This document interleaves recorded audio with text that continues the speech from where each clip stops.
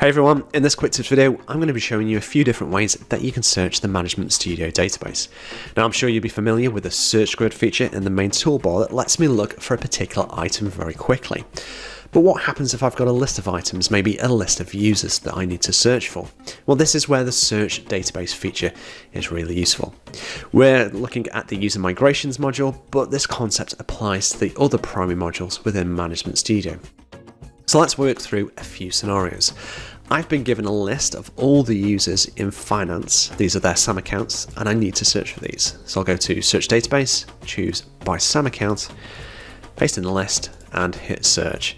And that's going to search the ManagementStudio database, and it gives us 161 users that are in finance. And this is a great start, but very often you'll want to manipulate this information even further. So let's take another scenario. Maybe you've been asked to present a list of users that are in finance and are also based in the London office. So we have another list over here that shows our users in London. We'll go to the search database, by SAM account, paste in the list, but this time we'll say limit search results to within grid items. So what effectively this is doing is it's taking our list of London users here and then comparing that with the previous search that we did for the finance users. And this is going to show us 5 different users that are in both the finance department and the London office. But what about if we want to look at it the other way? Maybe we want to exclude these users from our search. So let's reset our grid. We'll go back to our primary list of finance users. We'll copy that out again. We'll search the database again. We'll set that back to search. So here we are with our 161 finance users. This time we'll copy the list of users that are in the London office. We'll go back to search our database.